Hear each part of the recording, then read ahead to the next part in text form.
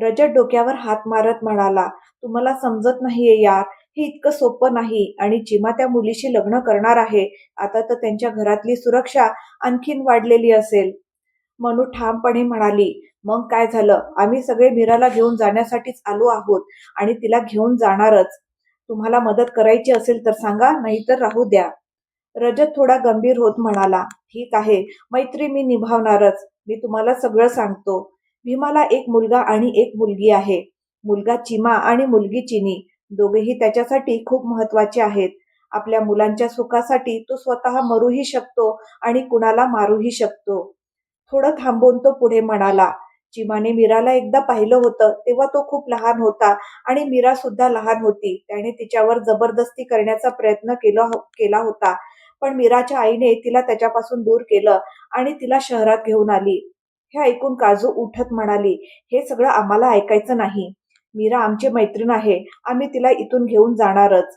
रजत म्हणाला, ठीक आहे, काही प्लॅन आहे का तुमच्याकडे? तनू हसत म्हणाली, आम्ही आधी प्लॅन करत नाही. जे करत जातो तेच आपोआप प्लॅन बनत जातं. आजच रात्री आम्ही मीराला वाचवणार. रजत रिकाम्या नजरेने सुशांतकडे पाहू लागला. सुशांत खांदे ओढवत म्हणाला, या तिघींच्या बाबतीत मी काहीच करू शकत नाही. हळूहळू दिवस मावळला आणि अंधार पडू लागला. सगळे आपापल्या घरात गेले होते, पण हे 6 जण मात्र घराबाहेर निघाले होते. चालताना रजत त्यांना सगळे समजावत होता. त्यांची हवेली खूप मोठी आहे. जागोजागी माणसं पहारा देऊन उभी असतील. आपल्याला फार सावधपणे आत जायचं आहे. काजू लगेच पुढे जात म्हणाली, सगळ्यांनी नाही जायचं आहे. फक्त 3 जण आत जातील. बाकी सगळे बाहेरच थांबतील. तेवढ्यात तेजस बोलला, आणि ते 3 जण कोण? काजू आत्मविश्वासाने म्हणाली, तनू, मी आणि तू. सुशांतने काजूकडे रोखून पाहिलं. त्यावर काजू अगदी सहजपणे म्हणाली, ओ कमॉन भैया, तुम्हाला या भित्र्या मनूसोबत बाहेर थांबायचं आहे.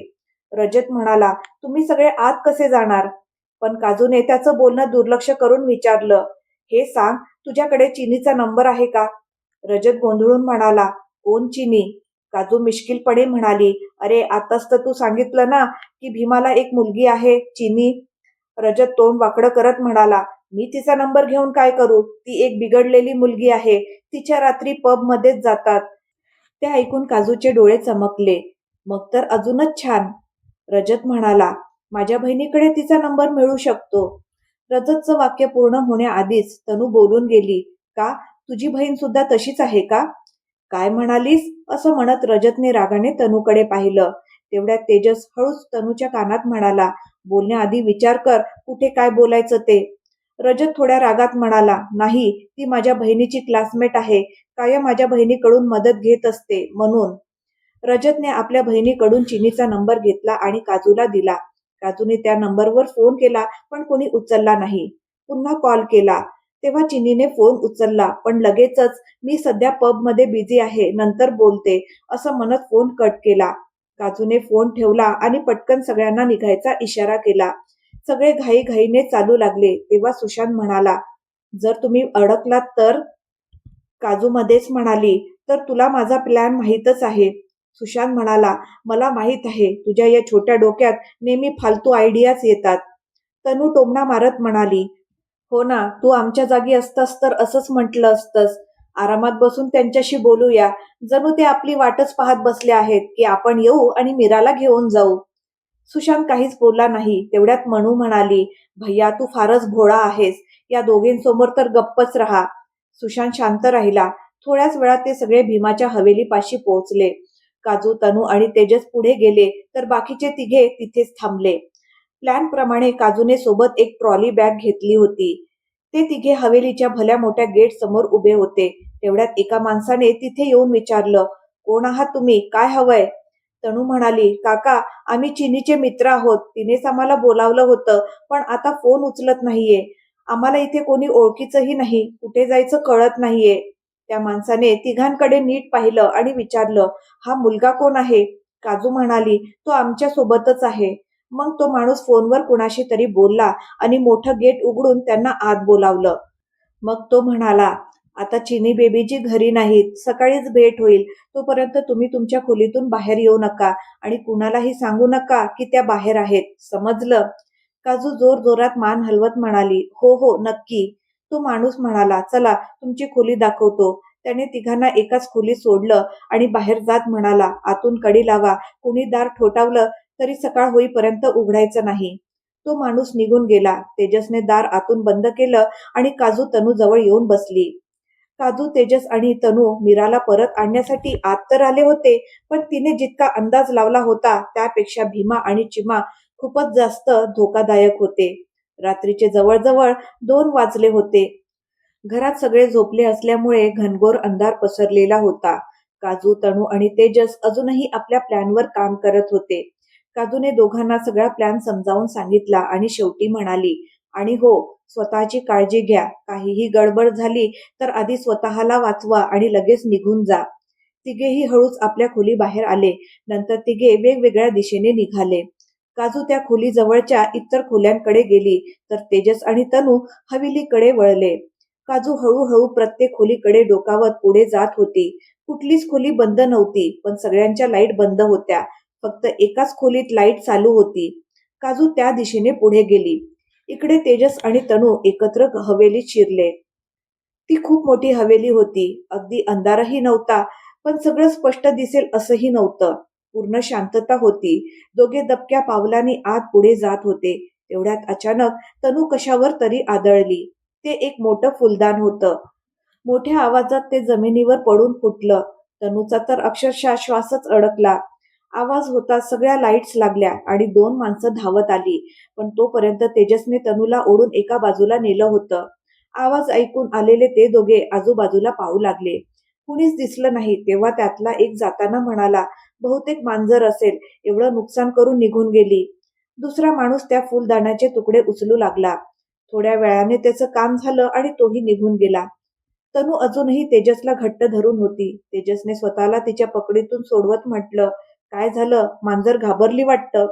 तनूने तेजसला सोडून त्याच्याकडे रोखून पाहिलं आणि चिडून म्हणाली, मांजर कुणाला म्हणतोयस? तेजसने कानावर हात ठेवत म्हटलं, बाय गॉड, माझ्यात एवढी हिंमत कुठून येणार की मी तुला मांजर म्हणेन? ते लोकच तुला नवं नाव देऊन गेलेत. तनूने तेजसकडे खाऊ का गिळू अशा नजरेने पाहिलं. तेव्हा पुढे चालत तेजस म्हणाला, मांजर मॅडम, आता जरा सावध चाल, नाहीतर इथेच आपला खून होईल. तनू काही न बोलता तेजस सोबत पुढे जाऊ लागली. आता सगळ्या लाईट्स लागलेल्या होत्या. जागोजागी 1-2 माणसं झोपलेली दिसत होती. त्यामुळे तेजस आणि तनू आवाज न करता जिन्याकडे जाऊ लागले. थोड्याच वेळात ते जिना चढून वरच्या मजल्यावर खोल्यांपर्यंत पोहोचले. पण इथे सगळ्याच खोल्या बंद होत्या. तेजस आणि तनू वेगवेगळे होऊन खोल्यांमध्ये डोकावून पाहू लागले. काही वेळाने इकडे तिकडे फिरल्यानंतर दोघे पुन्हा एकत्र आले, पण तरीही मीराचा काहीच पत्ता लागला नाही. इकडे काजू हळूहळू त्या उघड्या खोलीकडे पुढे गेली. आत डोकावून पाहिलं पण कुणीच दिसलं नाही. काजू मग पूर्णपणे खोलीत शिरली आणि सगळीकडे शोध घेऊ लागली.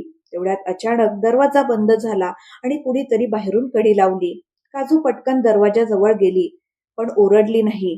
तिने झटपट आपला फोन काढला आणि तेजस व तनूला मेसेज पाठवला. इकडे तेजस आणि तनू अजूनही एका जागी शांत उभे होते.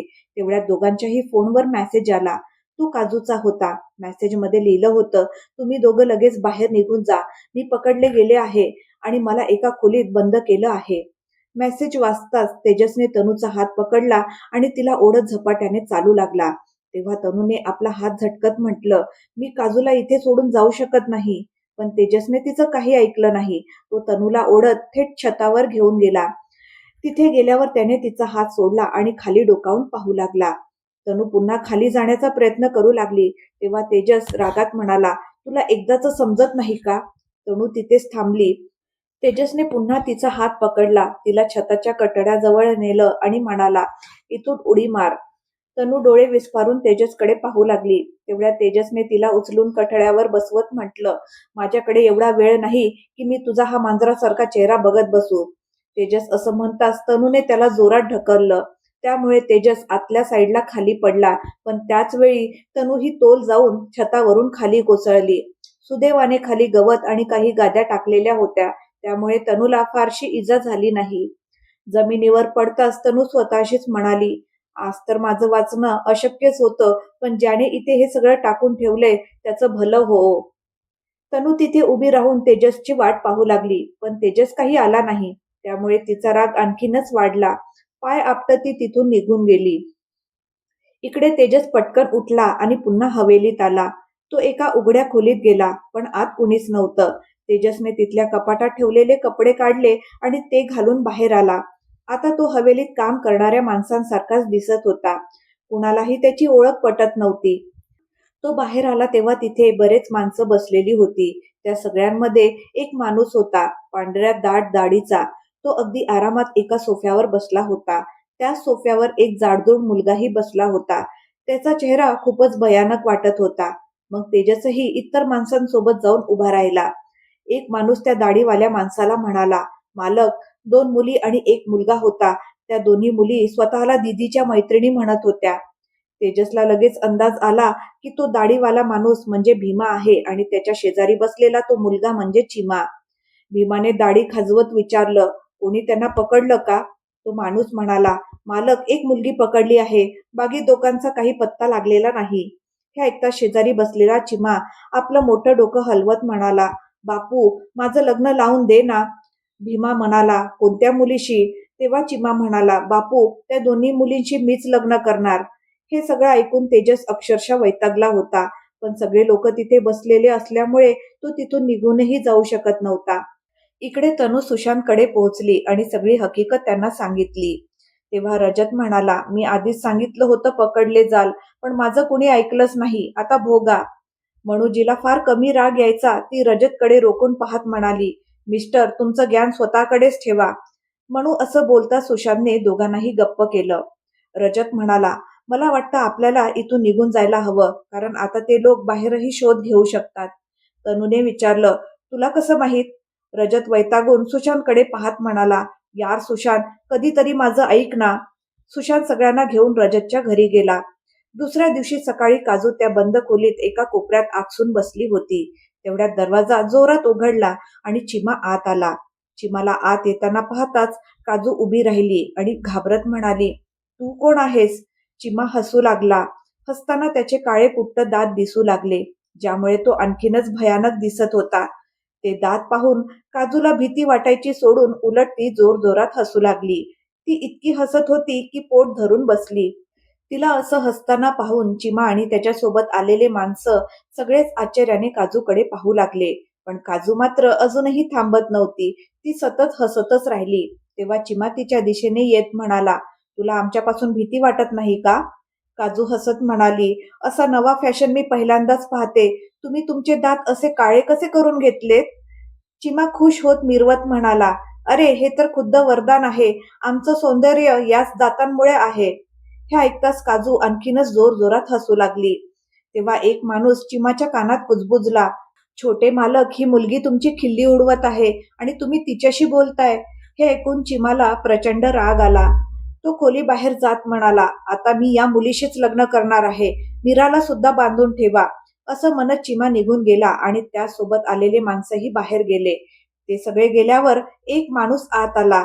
तो काजू जवळ आला आणि हळूच कुजबुजून म्हणाला, "तुझी अक्कल गवत चरायला गेलीये का?"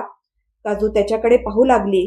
तिला काहीच कळेना. तो पुढे म्हणाला, "देव अक्कल वाटत होते तेव्हा तू कुठे फिरायला गेली होतीस?" काजूने त्याला थांबवत म्हटलं, "एक्सक्यूज मी, मी तुम्हाला ओळखते का?"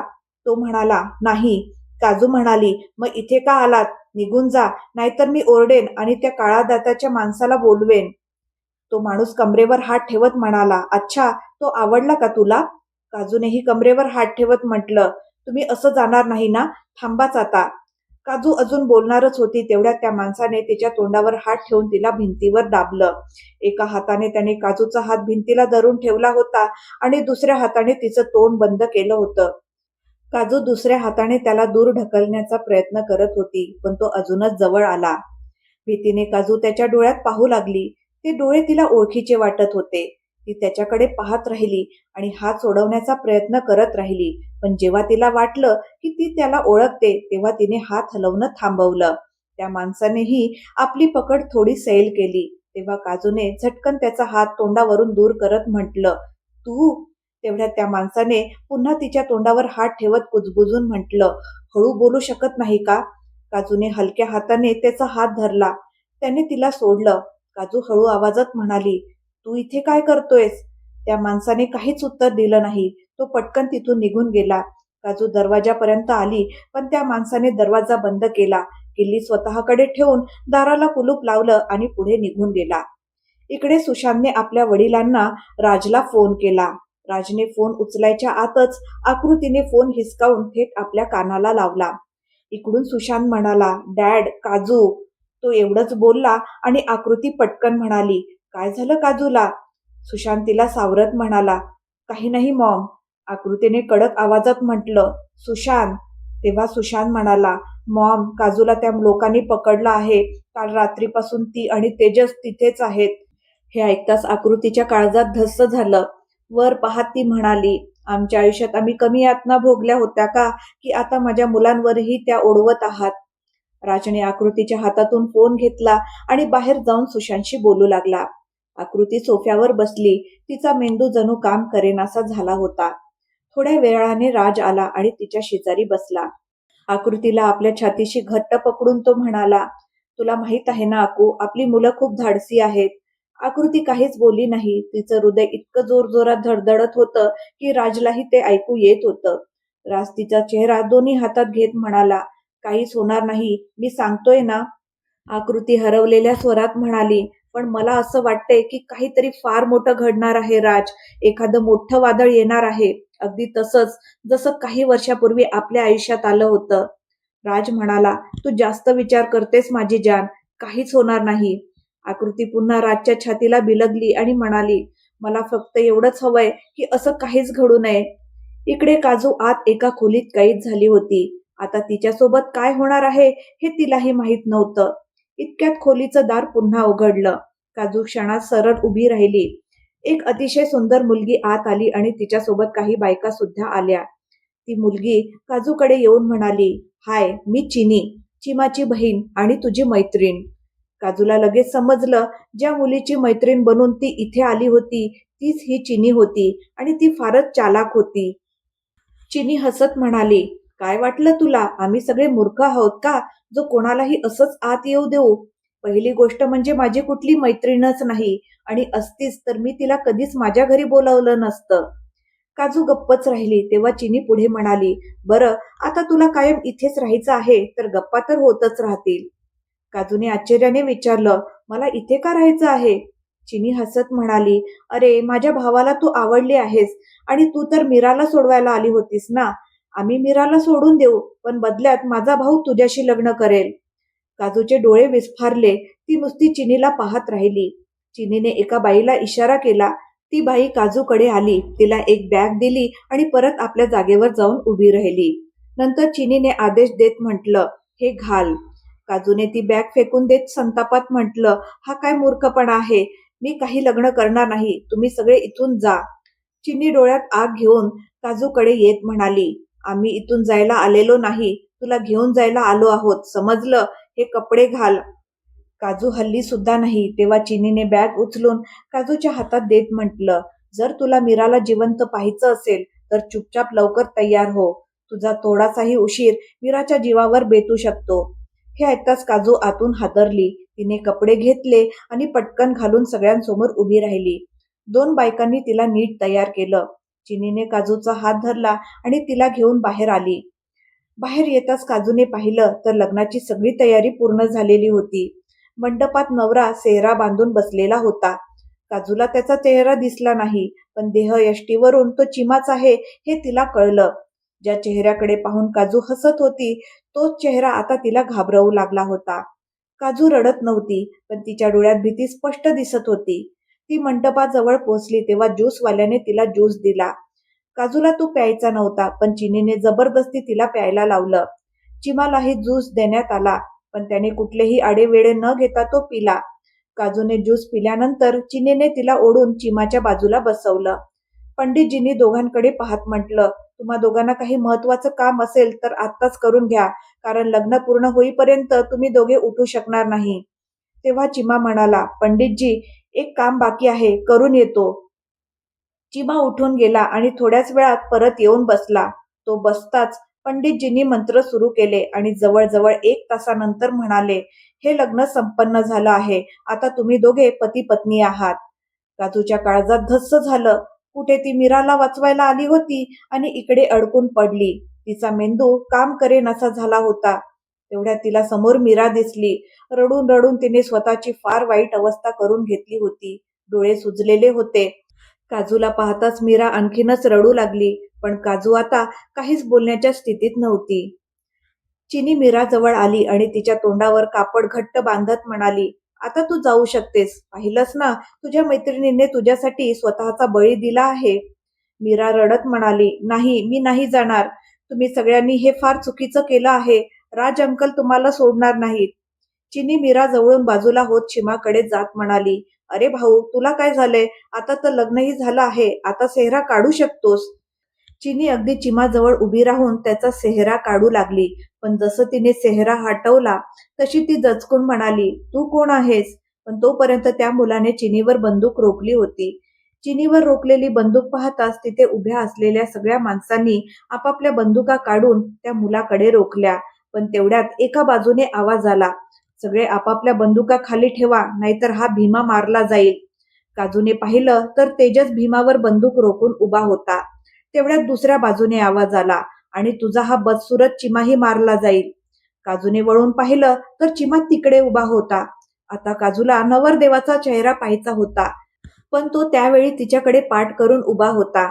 काजू आपल्या जागेवरून उठली आणि त्याच्या समोर जाऊन उभी राहिली. समोर वराच्या वेशात जयनील उभा होता. तो देह एष्टीने स्वतःला चिमा असल्यासारखं भासवत होता. आता बाजी पूर्णपणे पलटली होती. भीमावर तेजसने, चिनीवर जयनीलने आणि चिमावर मयूरने बंदूक रोखली होती. मीराही काजू जवळ येऊन उभी राहिली. तेजसने भीमाला उठायला सांगितलं आणि सगळ्यांना तिथून बाहेर घेऊन जायचा आदेश दिला. भीमा कुठलीही भीती न दाखवता उठला आणि टाळ्या वाजवत म्हणाला, मानावं लागेल तुम्हा मुलांना. एवढ्या कडेकोट सुरक्षेत सुद्धा तुम्ही हे करून दाखवलं. चला, आता आम्ही सन्मानाने तुम्हा सगळ्यांना सोडतो. तेव्हा चिमा चिडून म्हणाला, बापू, हे तुम्ही काय करताय? भीमा रागाने चिमाकडे पाहत म्हणाला, गप्प बस तू. आधीच तू कुठे गायब झाला होतास देव जाणे. आता तर लग्नही झालं आहे. आता आपण काहीच करू शकत नाही. तेव्हा चिमा म्हणाला, बापू, कुणीतरी ज्यूसमध्ये काहीतरी मिसळलं होतं. माझं पोट खराब झालं म्हणून मला बाहेर जावं लागलं. तेव्हाच या लोकांनी मला बांधून ठेवलं आणि बंद केलं. मी तरी काय करणार होतो? भीमा काहीच बोलला नाही. तो तेजसच्या पुढे पुढे चालू लागला. जयनील आणि मयूरही चिमा आणि चिनीवर बंदूक रोखत त्यांच्या मागे चालू लागले. काजू आणि मीराही जयनील सोबत चालू लागल्या. मीराने काजूचा हात घट्ट पकडला होता आणि काजूने जयनीलचा. दोघीही आतून प्रचंड घाबरलेल्या होत्या. सगळे घराबाहेर आल्यावर तेजसने हवेलीचा मुख्य दरवाजा बंद केला. त्यामुळे भीमाचे सगळे माणसं आतच अडकून राहिले. सुशांत, तनू आणि मनू बाहेरच उभे होते. काजूला पाहताच तनू मनूने धावत येऊन तिला घट्ट मिठी मारली. जयनील भीमाजवळ जाऊन म्हणाला, आज तुझा तो गर्व मोडला असेल ना, की तुझ्या घरातून कोणी काही घेऊन जाऊ शकत नाही. भीमा काहीच बोलला नाही. तो फक्त मंदपणे हसत राहिला. नंतर सुशांत सगळ्यांना घेऊन रजतच्या घरी गेला. इकडे चिमा आणि चिनीचा राग त्यांच्या वडिलांवर फुटला. दोघं भाऊ बहीण राग आणि द्वेषाच्या आगीत उकळत होते. दोघे आपल्या वडिलांना सुनवत होते, पण भीमा मात्र अजूनही हसतच होता. तो शांतपणे आपल्या मुलांचं बोलणं ऐकत राहिला. दोघं थकून बसल्यावर तो म्हणाला, माझ्या आयुष्यात मी पहिल्यांदाच असे लोक पाहिले जे कुठलाही स्वार्थ नसताना आले आणि पहिल्यांदाच माझ्या हवेलीतून कोणाला तरी घेऊन गेले. भीमाने माझी हवेली या शब्दावर खास जोर देत म्हटलं, माझ्या हवेलीवर आजवर कुणीही हक्क सांगू शकला नाही. आजपर्यंत माझ्या परवानगीशिवाय एकही वस्तू बाहेर गेलेली नाही. पण ते लोक तर जिवंत मुलगी घेऊन गेले. मानलं पाहिजे त्यांना. भीमाने काजूसह सगळ्यांचं भरभरून कौतुक केलं. हे ऐकताच चिमा आणि चिनी उठून तिथून निघून गेले.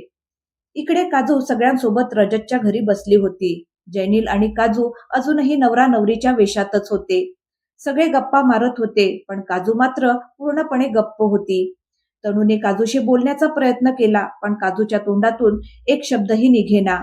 सुशांतने काजूच्या डोक्यावर हात ठेवत विचारलं, काय झालं काजू? काजूने पोकळ नजरेने सुशांतकडे पाहिलं आणि काहीही न बोलता तिथून उठून बाहेर निघून गेली. ती गावाच्या कच्च्या रस्त्यावरून हळूहळू चालू लागली. सुशांत तिला जाताना पाहत म्हणाला, मॉम डॅड असते तर तिला समजावू शकले असते, पण आता तिला समजावणारं असं कुणीच उरलेलं नाही. इकडे काजू चालत चालत सगळ्यांच्या नजरे आड जात होती. तेव्हा जैनिल उठून तिच्या मागे गेला. इतर सगळेही जायला निघाले, पण सुशांतने त्यांना थांबवलं आणि घरी जायची तयारी करायला सांगितलं. काजू कच्च्या रस्त्यावरून वेगाने चालता चालता धावू लागली. ती वेड्यासारखी धावत होती. कुठे जायचं आहे हेही तिला माहित नव्हतं. ती फक्त धावतच होती. जेनीलही तिच्या मागे मागे येत होता. दमून गेल्यावर काजू एका ठिकाणी थांबली. जेनी लगेच तिथे पोहोचला आणि तिच्या शेजारी उभा राहिला. जैनिल तिथे आहे याचाही काजूला अंदाज नव्हता. अचानक जैनिल म्हणाला, "ऐक." काजू दचकून मागे वळली. जैनिल पुढे म्हणाला, "हे बघ, हे लग्न फक्त कुणाला वाचवण्यासाठी केलं गेलं आहे. तू ते फार सिरियस घेऊ नको." हे ऐकताच काजू संतापाने जैनिलकडे वळली आणि त्याच्या गालावर जोरदार थापड मारली. जैनिल आश्चर्याने तिच्याकडे पाहत राहिला. काजूचे डोळे रागाने लाल झाले होते. ती म्हणाली, "तुझ्यासाठी हे लग्न सिरियस नसेल, पण तू माझ्या भांगेत कुंकू भरला आहेस. हे बघ." असं म्हणत तिने आपल्या कुंकू भरलेल्या भांगाकडे इशारा केला. मग तिने गळ्यातलं मंगळसूत्र पकडत म्हटलं, "हे मंगळसूत्र असंच कुणी घालत नाही. मजाक वाटते का तुला हे सगळं? तू किती सहज म्हणालास, सिरियस घेऊ नकोस. मी माझ्या आईवडिलांना काय उत्तर देऊ? विचार केलायस कधी? तुझ्या मर्जीनुसार तू माझ्याशी लग्न केलंस. काहीतरी दुसराही मार्ग काढू शकला असतास ना?" जैनिल काहीतरी बोलायला गेला, पण काजूने त्याला थांबवलं आणि तोंड फिरवत म्हणाली, "इथून निघून जा आणि पुन्हा कधीच माझ्यासमोर येऊ नकोस. मला तिरस्कार आहे तुझा. आयुष्यातली माझी पहिली आणि शेवटची नफरत तूच आहेस." जैनिल काही न बोलता शांतपणे तिथून निघून गेला. काजू काही वेळ तिथेच उभी राहिली. थोड्या वेळाने ती तिथून जाण्यासाठी वळली तर समोर राज आणि आकृती उभे होते. त्यांना पाहून ती जागच्या जागी स्तब्ध झाली. भेटूया पुढच्या भागात. आजचा भाग तुम्हाला कसा वाटला कमेंट करून नक्की सांगा. आणि आवडला असेल तर लाईक करा, शेअर करा आणि माझ्या चॅनलला सबस्क्राईब करायला मात्र विसरू नका. धन्यवाद.